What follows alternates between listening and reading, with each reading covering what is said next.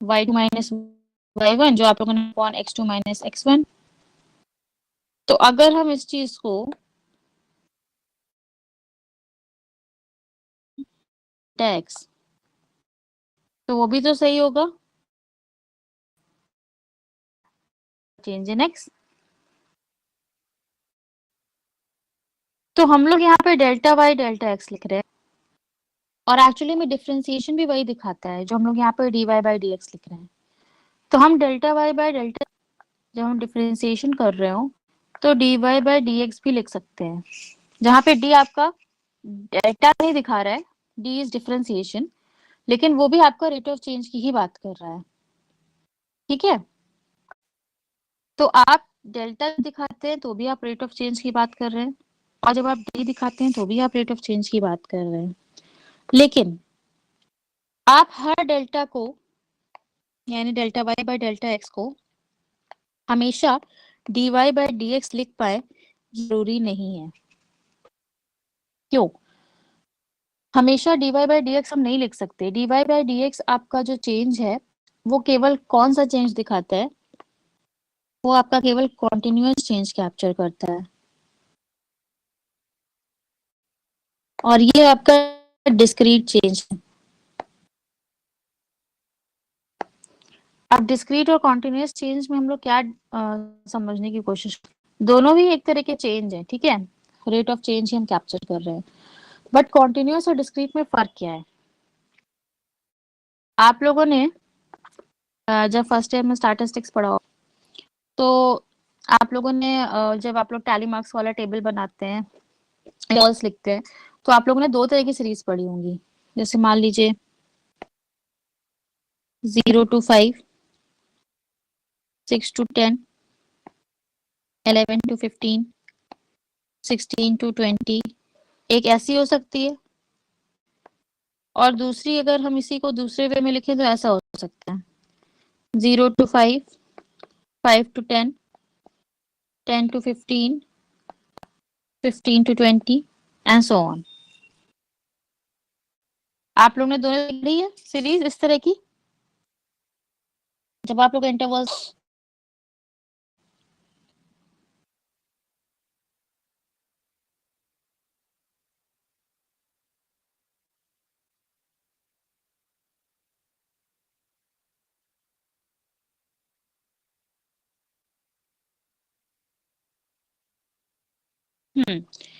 तो ये जो आपकी पहली वाली सीरीज है ये आपकी है, और ये आपकी कॉन्टिन्यूअस कहलाती है। अब दोनों में डिफरेंस क्या है समझिए, केवल मैथमेटिकल डिफरेंस नहीं है, कुछ इसके पीछे का लॉजिक भी है जो हम लोग समझने की कोशिश करते हैं। जब आप यहाँ पे पहले वाले को देखते हैं, इधर वालों को, आप यहाँ पे पहला इंटरवल क्या ले रहे हैं? 0 से 5। ठीक है, आप कहेंगे 5 तो हमने ले लिया, अब हमें नेक्स्ट 6 to 10 लेना चाहिए। ठीक है, आपने ले लिया, फिर आपने 11 to 15 ले लिया। बट जब आपने 5 फर्स्ट वाले से जब आप दूसरे वाले पे आए, हो सकता है कोई एक ऐसा ऑब्जर्वेशन हो जो ना तो 0 से 5 के बीच में लाया करता हो, ना ही वो 6 से 10 के बीच में करता हो, बल्कि वो 5 से 6 के बीच में करता हो। तो आपने यहाँ पे 5 तक लिया, यहाँ पे आपने 6 दिया, तो 5.1, 5.2 एंड सो ऑन, ये आपने छोड़ दिया। जो आपके 5 से 6 के बीच में आना था वो तो आपने नहीं कहीं कैप्चर किया। आपने क्यों नहीं कैप्चर किया? क्योंकि आपको लगा कि ये सीरीज डिस्क्रीट है तो हमें इसकी जरूरत नहीं है। डिस्क्रीट का मतलब है कि जो चेंज है वो एग्जैक्ट एक्यूरेट होगा, और हमें पता होगा कि या तो वो चेंज इस सीरीज में ही है, या तो वो चेंज इस सीरीज में ही है, या तो वो चेंज आने वाले सीरीज में, तभी डिस्क्रीट सीरीज बनाई है।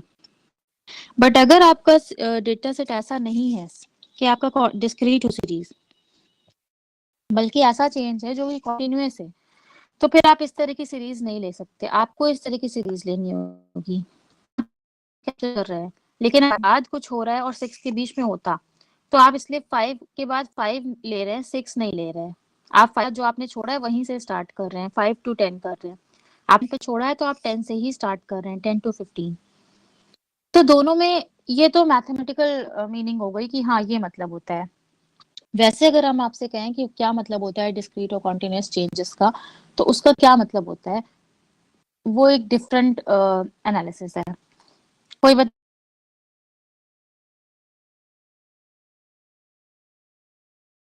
किस होता है? हमें मैथमेटिकल साइंस में नहीं कोई चीज हम पूछ रहे हैं आपसे, कोई चेंज होने वाला पूछ रहे हैं और कह रहे हैं कि कब हम किसी चेंज को डिस्क्रीट बोलते हैं और कब हम किसी चेंज को कॉन्टिन्यूअस बोलते हैं। चेंज तो दोनों ही है, मतलब दोनों ही बता रहा है कि चेंज हो रहे हैं, कुछ बदल रहा है। तो हम डिस्क्रीट और कॉन्टिन्यूअस ये दो सेग्रीगेशंस कैसे कर देते हैं?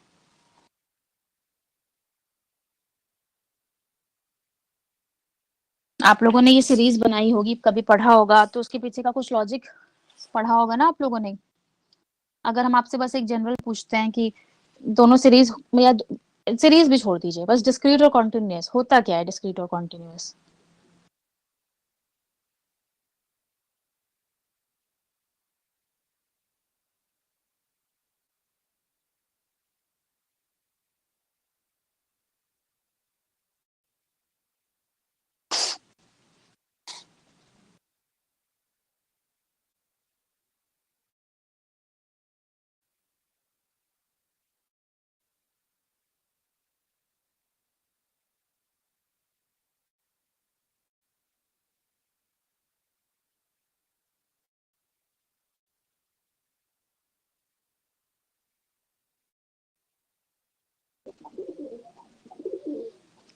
अच्छा ठीक है, डिस्क्रीट मीन्स इंडिविजुअली डिस्टिंक्ट।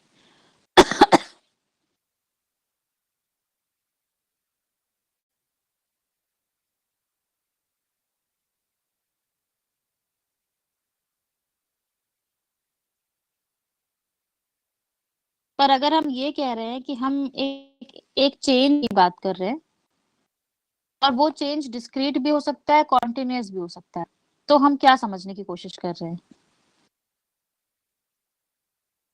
सेप अगर आप लोग की डेफिनेशन पे हम लें तो डिस्क्रीट का मतलब सेपरेट है, ठीक है। तो अगर हम चेंज कह रहे हैं तो, और हम कहते हैं डिस्क्रीट चेंज है, व्हाट इज सेपरेट चेंज फिर? और अगर आप कॉन्टिन्यूअस चेंज कह रहे हैं तो फिर वो क्या है?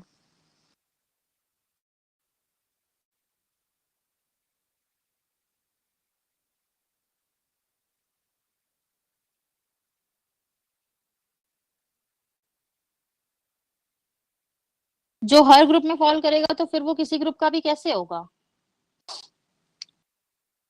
चलिए हम लोग समझते हैं।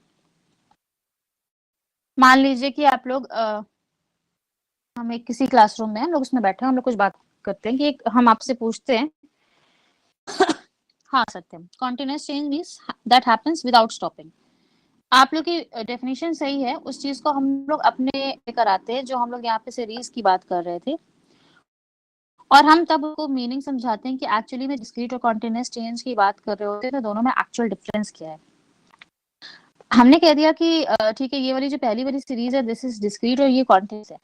तो हमने आप लोग को एक लूप होल बताया कि पहली वाली सीरीज में क्या नहीं है जो दूसरी वाली सीरीज कैप्चर कर ले रही है, मतलब इस तरह की चीजें अगर हैं तो वो दूसरी वाली सीरीज में आ जाएगा। तो अगर आप ध्यान से देखें, अगर 0 से 5 के बीच में कोई चेंज हो रहा है तो कैसा होगा कि मतलब आपको पता है कि कोई चीज अगर 0 से 5 के बीच में है तो 1 2 3 4 5 कुछ भी होगी तो आप 0 से 5 के बीच में डाल देंगे। मान लीजिए हम पहले इस वाले की बात कर रहे हैं, डिस्क्रीट वाले की। फिर आपने कहा कि अगर 6 to 10 के बीच में है तो आपको पता है कि 6 to 10 के बीच में है तो आप डाल देंगे उसको। बट आपने छोड़ा क्या है? आपने 5 से 6 का विंडो छोड़ा है, या आपने 10 से 11 का विंडो छोड़ा है। इस तरीके से आगे आप छोड़ रहे हैं। तो 5 से 6 के बीच में जो होने वाला चेंज है वो कितना ही हो जाएगा, बट वो 1 से कम होगा, मतलब वो बहुत ही छोटा सा चेंज होगा। 5 हमने यहाँ पे देखिए लिखा है 5.1 5.2 5.3, मतलब वो बहुत ही छोटा चेंज है जिसका विंडो आप छोड़ रहे हैं डिस्क्रीट की सीरीज में। लेकिन कॉन्टिन्यूअस जब आप सीरीज बना रहे हैं तो वो चीज नहीं छूट रही है, आप वो छोटे चेंज को भी कैप्चर कर लेंगे अगर होता है उस तरह का कोई चेंज तो वही मतलब है डिस्क्रीट कॉन्टिन्यूअस का। मान लीजिए हम लोग किसी क्लासरूम में बैठे हैं, मैंने आप लोगों से पूछा कि इस क्लास में कितने बच्चे हैं। हमारी क्लास स्टार्ट हो चुकी है, जितने बच्चों को आना था आ चुके हैं। तो आप लोग काउंट करेगा, मुझे बता बच्चे हैं। जैसे अभी मान लीजिए क्लास में 35 स्टूडेंट्स हैं, तो हाँ आप लोग कहेंगे कि 35 स्टूडेंट्स हैं क्लास में। तो ये जो आप मुझे नंबर देंगे, इसमें अगर कोई भी चेंज हुआ, मान लीजिए कोई बच्चा और आ गया, एक और बच्चा आ गया, तो आप कह देंगे चेंज 1 का हुआ, आप टोटल 36 स्टूडेंट्स हो गए। या मान लीजिए 2 बच्चे चले गए 35 में से, तो आप कहेंगे कि 33 स्टूडेंट्स हो गए। तो ये जो चेंज है, ये एकदम जो आपने लिखा ना सेपरेट है, डिस्टिंक्ट है। तो ये चेंज एकदम आपको दिख रहा है, या प्लस पूरा 1 से चेंज हो रहा है, या तो आपका 2 से कम हो रहा है। आपको पता है कि at a point of time अगर नंबर ऑफ स्टूडेंट्स बढ़ते हैं या घटते हैं, आप मुझे तुरंत बता देंगे। ये कोई ऐसी चीज नहीं कि हम ये सोच के चलें कि हमने आपको क्लास जब स्टार्ट हुई थी, मान लीजिए जब 9:30 पे क्लास स्टार्ट हुई थी, और हमने कह दिया कि जितने बच्चों को इन होना था वो हो चुके हैं, अब हम किसी को इन नहीं करेंगे, सपोज करिए। तो हमने कहा कि मान लीजिए उस समय 35 स्टूडेंट्स थे, तो हमने आपसे पूछा उस समय कितने स्टूडेंट्स है, आप लोगों ने बोला 35 है। अब जब क्लास खत्म होगी, ऐसा नहीं कि ये 35 ऑटोमेटिकली चेंज होके 50 हो जाएगा या कम हो जाएगा। ऑटोमेटिकली तो नहीं होगा, अनलेस एंड अनटिल बच्चे क्लास से बाहर जाए या बच्चे क्लास के अंदर आए। तो हमने आपसे अगर 9:30 पे पूछा था कि क्लास में कितने बच्चे हैं, और मान लीजिए कोई भी बच्चा अंदर नहीं आया या बाहर नहीं गया, तो क्लास खत्म होने के बाद भी 35 स्टूडेंट्स ही रहेंगे। हम ये नहीं अश्योर कर रहे कि तो वो डिपेंड करेगा, वो चेंज आप कैलकुलेट कर सकते हैं एग्जैक्ट एक्यूरेट नंबर्स में। ऐसा नहीं है कि वो एक ऐसा चेंज है जो हुआ ही जा रहा है और आप कैप्चर नहीं कर सकते उसको। तो डिस्क्रीट जब हम लोग बात करते हैं, तो डिस्क्रीट का मतलब होता है, ऐसा मान लीजिए डिस्क्रीट चेंज की बात कर रहे हैं, तो ऐसा चेंज जो आपका कैलकुलेबल है, आप उसे at a point of time calculate कर सकते हैं। वो कॉन्टिन्यूसली चेंज नहीं हो रहा, वो किसी टाइम पीरियड में चेंज हो रहा है, फिक्स टाइम पीरियड में चेंज हो रहा है। ऐसा नहीं कि वो कॉन्टिन्यूसली चेंज हो रहा है। जैसे मान लीजिए हम लोगों ने मान लीजिए कि ये कह दिया कि 1 साल में मान लीजिए आपके क्लास में इतने एडमिशन्स हो गए, तो एडमिशन विंडो क्लोज हो गई। अब आप इस साल के लिए आपके यहाँ पर जितने बच्चे हैं उतने ही बच्चे रहेंगे क्लास में। तो मान लीजिए 2021 में आप लोग की क्लास में जितने बच्चों ने एडमिशन लिया, मान लीजिए 100 बच्चों ने एडमिशन लिया, तो ये पूरा 2021 के लिए तो 100 ही रहेगा, उस दौरान तो ये नहीं चेंज होगा। ये चेंज कब होगा, जब नेक्स्ट ईयर मान लीजिए फिर से फ्रेश एडमिशन होते हैं और आप लोग प्रमोट हो जाते हैं और इस क्लास में दूसरे बच्चे आ जाते हैं, तो वहां पर फिर हो सकता है 110 स्टूडेंट्स हो गए हो सपोज करिए। तो लेकिन ये जो 1 साल का विंडो है, इसमें ये वैल्यू फिक्स्ड है, हमें पता है कि ये वैल्यू चेंज होगी तो नेक्स्ट ईयर ही होगी। तो अगर हम 2020 से लेके 21 एक सीरीज बनाए, तो हम उसके आगे लिख सकते हैं 100, अगर हम स्टूडेंट्स के बारे में कुछ लिख रहे हैं। फिर हम 2021 से 22 बनाए, तो उसके आगे हम लिख सकते हैं 110। तो जब हम किसी ऐसे चेंज की बात कर रहे हैं जो किसी टाइम पीरियड में फिक्स्ड है, किसी टाइम पीरियड में मतलब वो आप जो भी टाइम पीरियड ले रहे हैं एनालिसिस के दौरान, मतलब उसमें उसका चेंज फिक्स है, या आप उसको कैलकुलेट कर सकते हैं after a fixed period of time, तो आप कहते हैं कि इस तरह का चेंज डिस्क्रीट है, जिसको आप सीधे सीधे कह सकते हैं कि ये चेंज इतने टाइम के बाद ही होगा, फिर कितना होगा वो हम कैलकुलेट कर लेंगे। अब वही बात अगर हम आपसे कहें कि कॉन्टिन्यूअस चेंज क्या है, तो इस पूरे वर्ल्ड में ऐसी बहुत सारी चीजें दैट आर कॉन्टिन्यूअसली चेंजिंग। हम लोग क्लास कर रहे हैं, मैंने आपसे पूछा कि आपकी एग्जैक्ट एज क्या है, ठीक है, एग्जैक्ट एज पूछी है, ईयर नहीं पूछा है। तो आप मुझे अगर आपसे ईयर पूछेंगे तो कोई कह देगा कि हम 20 साल के हैं, कोई कह देगा हम 21 साल के हैं। बट अगर मैंने आपसे एग्जैक्ट एज पूछी है, तो मतलब मुझे ईयर, मंथ, डे, आवर सब कुछ चाहिए। तो आप कहेंगे मान लीजिए 21 साल, 5 महीने, 10 दिन, 2 घंटे, सम सेकंड्स, फिर सम माइक्रो सेकंड्स। तो ये क्या है, मेरे पूछने में और आपके बताने में अगर मुझे एकदम एग्जैक्ट एक्यूरेट चाहिए, मतलब सेकंड्स के भी नीचे मुझे नैनो सेकंड्स में भी आपका वो चाहिए, तो द मोमेंट हम आपसे पूछते हो और आप मुझे रिस्पॉन्ड करते हो, उनमें भी आपकी एज चेंज हो रही है, चाहे वो एक माइन्यूट सेकंड से ही चेंज हो रही हो, पर वो चेंज हो रही है। तो हम लोग ऐसे बहुत सारी चीजों की बात करते हैं इस वर्ल्ड में जो कॉन्टिन्यूसली चेंज, तो उस छोटे वो, और वो चेंज अगर कॉन्टिन्यूस है तो हो सकता है वो चेंज बहुत छोटा हो। लाइक मैंने आपसे अगर एज का कहा कि एज आपकी कॉन्टिन्यूसली चेंज हो रही है, आप कॉन्टिन्यूसली ग्रो कर रहे हैं, तो वो कॉन्टिन्यूसली आप बहुत तेज स्पीड से तो नहीं ग्रो कर रहे हैं। आप ये तो नहीं पहले 21 साल के थे, दूसरे घंटे आप 22 साल के हो गए, वो चेंज तो 1 साल का होगा। बट थोड़ा थोड़ा आपकी एज में चेंज कॉन्टिन्यूसली हुआ जा रहा है, हर मोमेंट हो रहा है। तो वो क्या है, वो बहुत ही मिनी चेंज है, बट अगर हम उसे कैप्चर करना चाहें तो हम उसे delta Y by delta X से कैप्चर नहीं कर सकते, हम उसे D Y by D X से कैप्चर कर सकते हैं। इसलिए हम लोग जब डिफरेंशिएशन की बात करते हैं, इन दोनों में अब डिफरेंस क्या है, ये आपका डिस्क्रीट चेंज ही कैप्चर कर सकता है। बट जब आप किसी ऐसे चेंज की बात कर रहे हैं जो कि कॉन्टिन्यूअस नेचर का है, तो आप डिफरेंशिएशन का टूल यूज करेंगे, क्योंकि जो डिफरेंशिएशन है वो वेरिएबल्स में होने वाले छोटे से छोटे चेंज को कैप्चर करता है।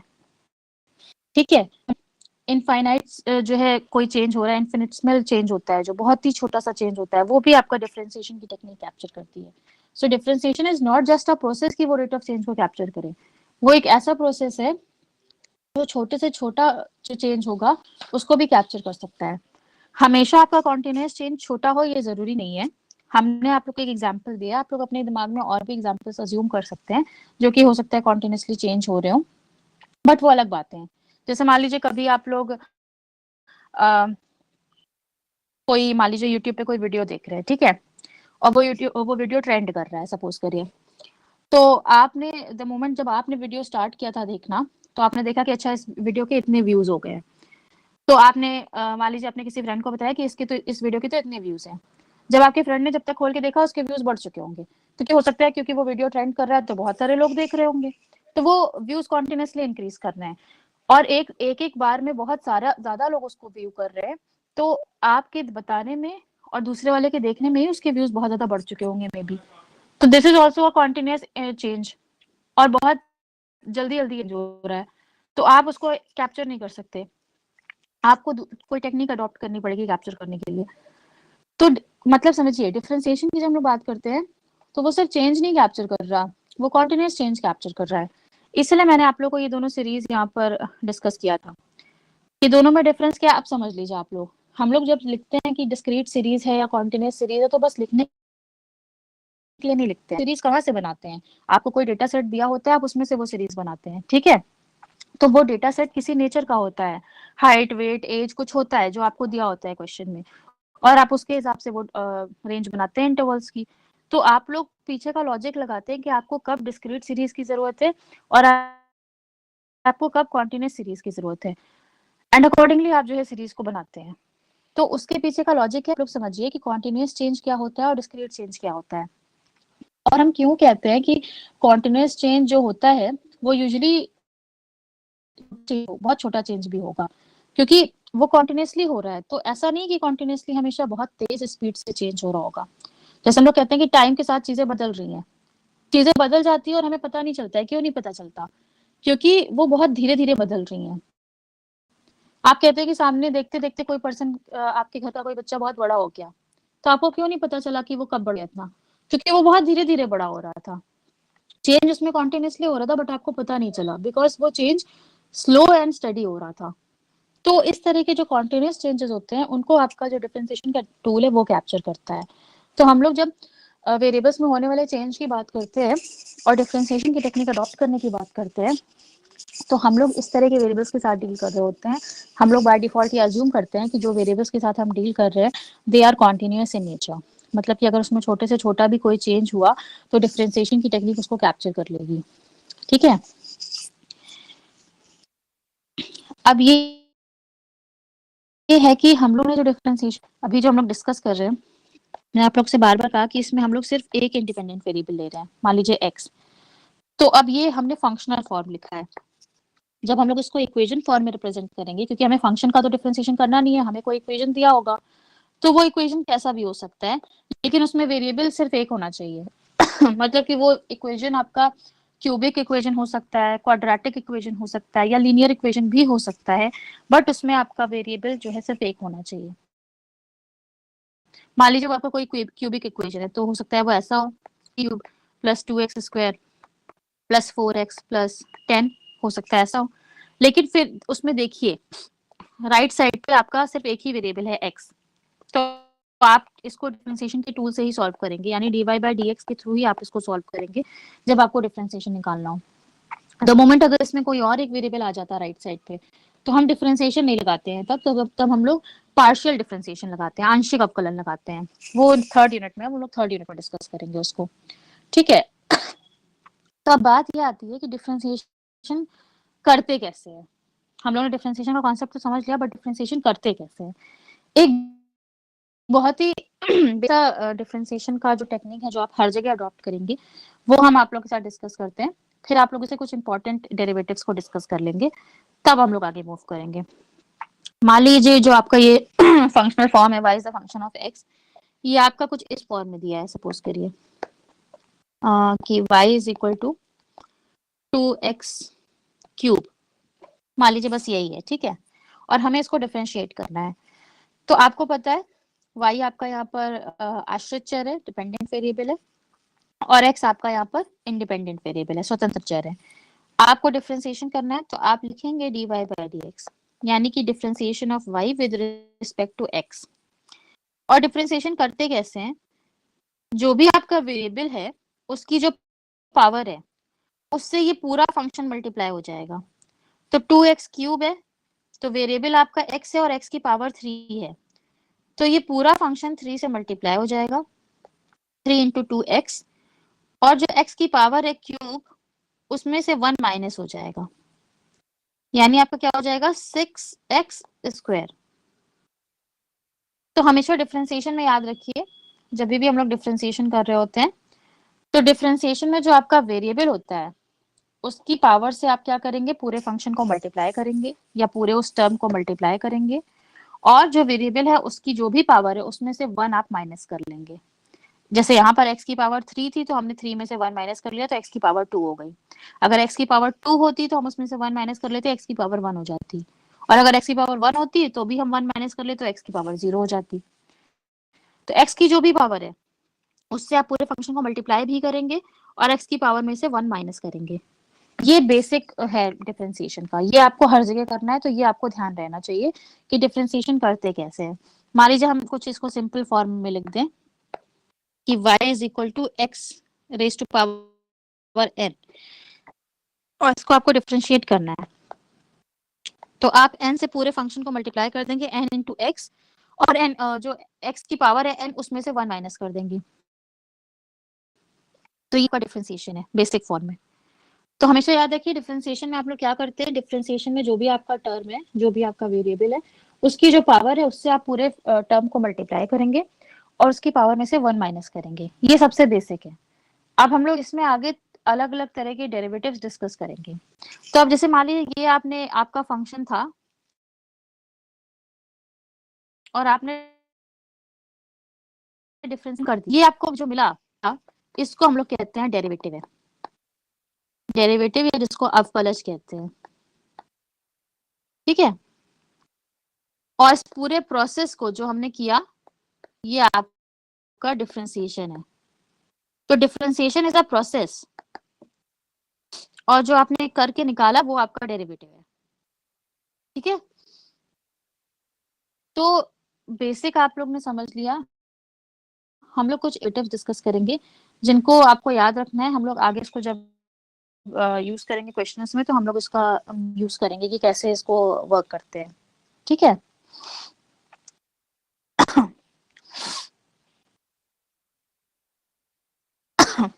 पहले हम लोग इसमें पढ़ते हैं एडिशन या सब्ट्रैक्शन रूल।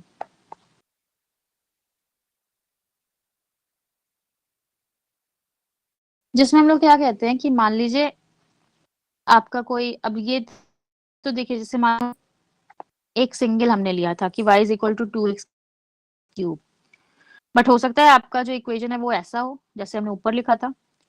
तो इस ऊपर वाले इक्वेशन में आपके टोटल कितने टर्म्स हैं, 4 टर्म्स हैं, 3x cube, 2x square, 4x, 10। यहाँ पे मैंने सबको प्लस से जोड़ा था, हो सकता है कुछ प्लस हो कुछ माइनस हो, कोई भी साइन हो सकता है बीच में। तो इस वाले इक्वेशन को अगर हम जनरल टर्मिनोलॉजी में लिखें, हम 3x क्यूब 2x स्क्वायर ना लिखना चाहें और हम ऐसे लिख दें y is equal to u plus v minus डब्ल्यू, इस तरीके से अगर आपको दिया हो, तो तब वहां पे डिफरेंशिएशन करने का क्या मतलब होता है, ये आपको पहला रूल बता रहा है। तो पहला रूल ये बता रहा है कि अगर आपका जो इक्वेशन है वो इसी फॉर्म का है जैसा हम लोगों ने लास्ट में भी डिस्कस किया, ठीक है, मान लीजिए इस तरीके से अलग अलग टर्म्स में जुड़ा हुआ है और आपको उसको डिफरेंशिएट करना है। हमने यहाँ पे uvw लिखा है, एक्चुअली में वो सब x होंगे, ठीक है, या जो भी आपने वेरिएबल ले रखा है वो वही होंगे। तो उस केस में डिफरेंशिएट करने का मतलब है आप हर टर्म को बारी बारी डिफरेंशिएट, साइन जो होगा वही लगता जाएगा। तो पहले आपने यू को डिफरेंशिएट किया एक्स के रिस्पेक्ट में, फिर वी को डिफरेंशिएट किया एक्स के रिस्पेक्ट में, दोनों के बीच में प्लस का साइन था तो हमने प्लस का साइन लगाया, फिर आप माइनस का साइन है तो minus D W by d x and so on. ये एक्चुअली में यू वी डब्ल्यू नहीं है, ठीक है, मैंने बस सिंबॉलिकली लिखा है, तो कंफ्यूज मत करिएगा। तो जब आपका जो इक्वेशन है ऐसा दिया हुआ है, इसमें वेरिएबल तो सिर्फ एक ही है जैसे यहाँ पर था, ठीक है, वेरिएबल सिर्फ एक्स ही था, लेकिन कुछ क्यूबिक फॉर्म में था, कुछ क्वाड्रेटिक फॉर्म में था, और कुछ प्लस से जुड़ा हुआ था, कुछ माइनस से जुड़ा हुआ था। तो जब आप, अगर हम इस फंक्शन को डिफरेंशिएट करते, d y by d x करते, तो क्या करते, पहले हम 3x क्यूब को करते विद रिस्पेक्ट टू x, फिर 2x स्क्वायर को करते, तो सबको हम अलग अलग डिफरेंशिएट करते, और हम जो आता हम लोग उसको अलग अलग प्लस और माइनस जो भी साइन लगा हुआ है बीच में वो करके हम लोग लिखते। तो ये आपका फर्स्ट रूल कहता है एडिशन या सब्ट्रैक्शन रूल, जिसको हम लोग बोलते हैं। दूसरा आपका जो है वो है आपका प्रोडक्ट रूल।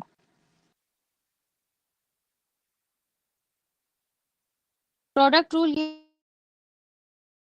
कि अगर आप फंक्शन है y, वो कुछ इस टाइप का जिसमें दो टर्म्स मल्टीप्लिकेटिव फॉर्म में जुड़े हुए हैं, u इंटू वी, दोनों हैं x का ही फॉर्म लेकिन मल्टीप्लिकेटिव फॉर्म में जुड़े हुए हैं।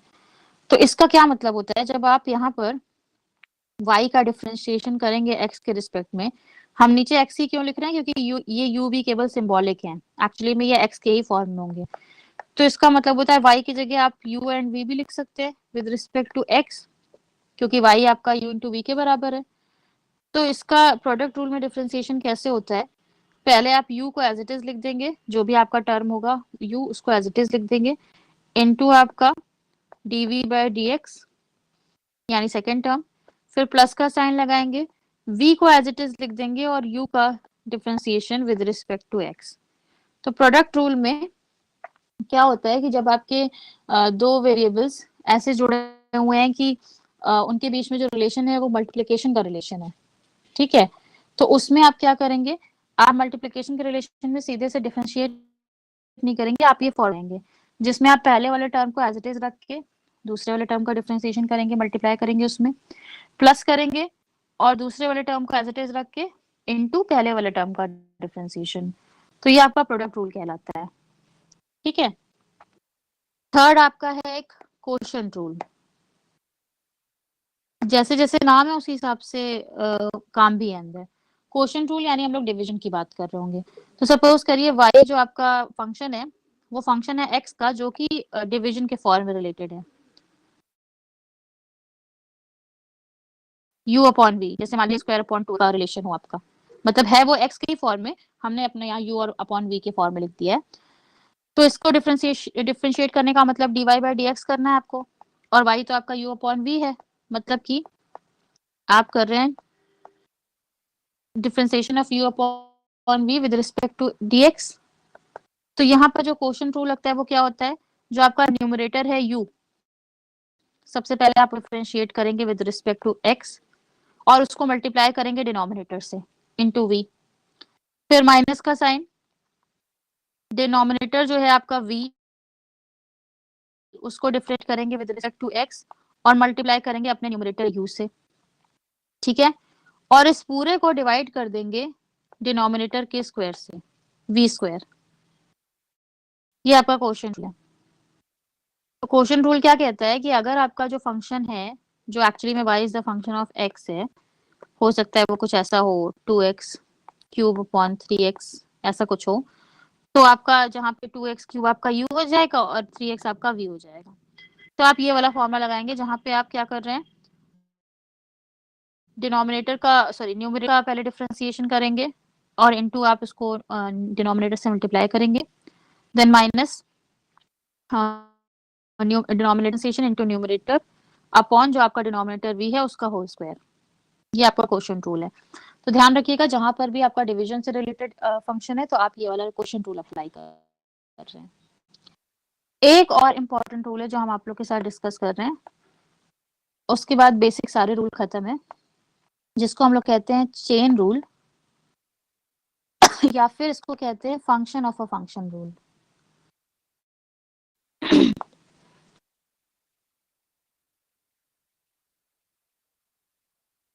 इसमें हम ये कहते हैं कि सपोज करिए y जो है वो फंक्शन है किसी वेरिएबल u का और u है फंक्शन किसी वेरिएबल x का। तो मतलब y डायरेक्ट फंक्शन नहीं है x का, y पहले u का फंक्शन है और ये जो u है ये आपका x का फंक्शन है, बट हमें निकालना है dy बाई dx। तो इस केस में हम लोग क्या करते हैं, dy बाई dx निकालने के लिए पहले हम ये जो पहला फंक्शन है y is the function of u तो डिफरेंशिएट करेंगे। तो क्या डिफरेंशिएट करेंगे, dy बाई du करेंगे, ठीक है।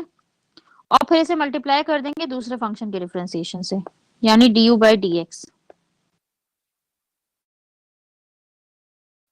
समझ रहे हैं हम लोगने क्या किया, पहले हम लोगों ने dy बाई du निकाला पहले फंक्शन के लिए और उसको मल्टीप्लाई कर दिया du बाई dx से। ये करके आपको जो मिलेगा वो dy बाई dx कहलाएगा। यानी मान लीजिए y आपका था u raise to power n और u है आपका सपोज करिए एक्स स्क्वायर। तो अगर हमें dy बाई dx निकालना है तो हम क्या करेंगे, इसको पहले डिफरेंशिएट करेंगे u के रिस्पेक्ट में। तो क्या हो जाएगा, n into u raise to power n minus one, जो हम लोग का बेसिक है, ये वाला लगा दिया मैंने formula, into u by dx करना है, तो यानी इसका डिफरेंशिएशन। तो क्या हो जाएगा वो 2x, क्योंकि x की पावर 2 थी उसमें से 1 माइनस हो जाएगा। तो चेन रूल बेसिकली कहाँ पर लगा है, जहां पर आपका पूरा फंक्शन जो है किसी चीज का पावर होता है। यानी जैसे मान लीजिए हम आपको एग्जांपल देते हैं, मान लीजिए आपका y का न्यूमेरिकल एग्जांपल दे रहे हैं, ऐसा कुछ दिया हुआ है 3 प्लस 2x स्क्वायर अपॉन 3। तो यहाँ पे y x का डायरेक्ट फंक्शन है, बट एक्चुअली y x का डायरेक्ट फंक्शन नहीं है, क्योंकि ये सब कुछ आपका रेज टू पावर 3 है। जब भी इस तरह का होगा आपको चेन रूल लगाना पड़ेगा और आप अज्यूम करेंगे कि ये जो अंदर वाला है इसको हम u मान लेते हैं। तो हम इस फंक्शन को लिख सकते हैं y is equal to u cube, लिख सकते हैं। और फिर हम लोग इस पर चेन रूल लगाएंगे, क्योंकि अब u है आपका फंक्शन ऑफ x, जहाँ पे u आपका 3 प्लस 2x स्क्वायर के बराबर है। आप डायरेक्टली ऐसे फंक्शंस को सॉल्व नहीं कर सकते, तो dy बाई dx करेंगे। तो पहले आप u क्यूब का निकाल रहे हैं, तो ये क्या हो जाएगा 3u स्क्वायर, और इनटू किसका कर रहे हैं हम लोग, u का विद रिस्पेक्ट टू x, तो ये क्या हो जाएगा, सॉरी 4x।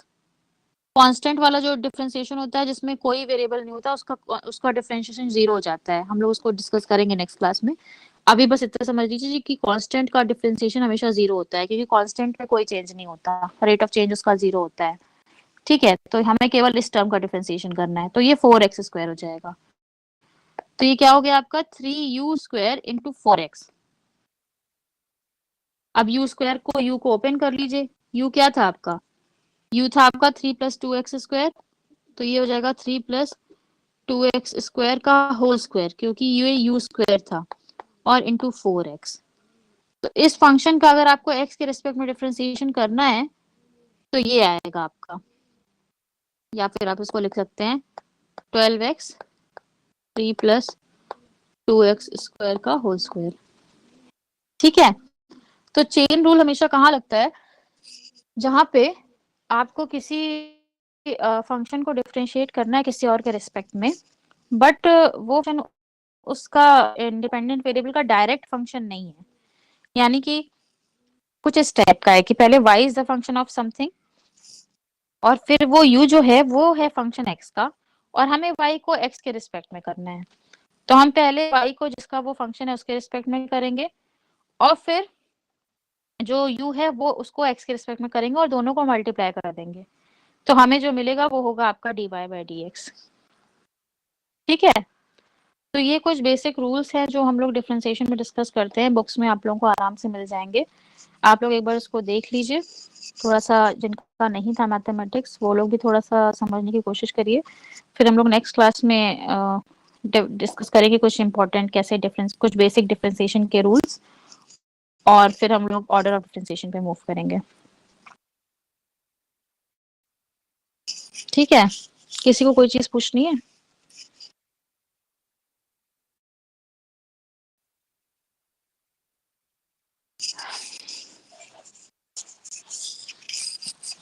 सारा स्लाइड शो कर दें? एक आध तो डिलीट हो गई होगी। ये प्रोडक्ट रूल वाला था।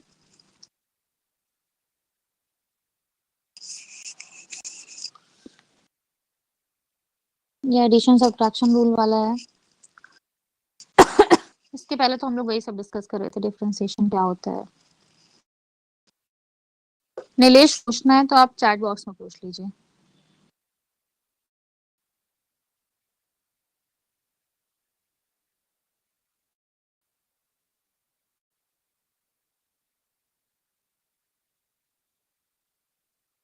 ठीक है, बस यही तक है, बाकी की मैंने डिलीट कर दी 2 स्लाइड। गेम के केवल 7 स्लाइड्स मिलती हैं हम लोग को इसमें, तो आप लोग को अगर स्क्रीनशॉट वगैरह लेना हुआ अगर तो साथ साथ लेते जाया करिए।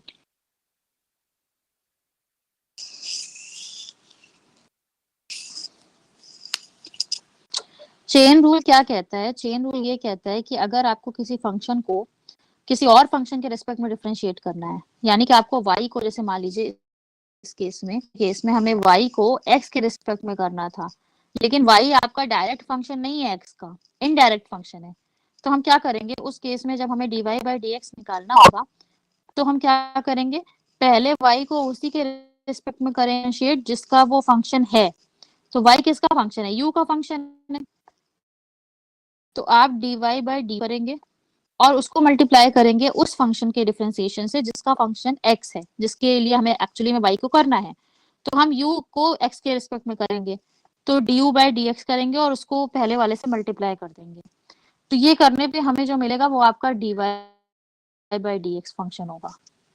तो चेन रूल का मतलब एक तरीके से हम लोग चेन बना रहे हैं। अगर यहाँ पर एक और आ जाता सीक्वेंसिंग में, मान लीजिए कि कुछ ऐसा होता, y is the function of u, फिर u is the function of suppose करिए z, and z is the function of x, suppose करें। तो उस केस में आपका dy बाई dx निकालना होता, अगर आपको dy y को x के रिस्पेक्ट में निकालना होता, तो आप पहले करते dy बाई du, क्योंकि y u का फंक्शन है, मल्टीप्लाई करते du बाई dz से, क्योंकि u z का फंक्शन है, और फिर मल्टीप्लाई करते dz बाई dx से, क्योंकि z x का फंक्शन है। तब जाके आपको dy बाई dx मिलता। तो हम लोग एक तरीके से चेन बनाते जा रहे हैं जब तक कि हमें वो डेरिवेटिव नहीं मिल जाता जो कि हमने लेफ्ट साइड पे लिख रखा है, dy बाई dx। तो हमें जो चाहिए हम उसके हिसाब से काम कर रहे हैं। तो चेन रूल का यहाँ ये देखता है कि यहाँ पर आपको अल्टीमेटली किसके रिस्पेक्ट में करना है डिफरेंशिएट, और उसी के थ्रू आप चेन बनाते जा रहे हैं।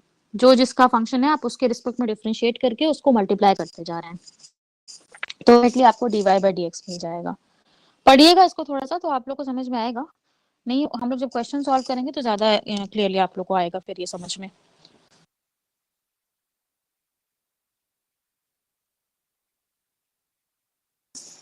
ठीक है, चलिए फिर आज की क्लास ही ओवर करते हैं।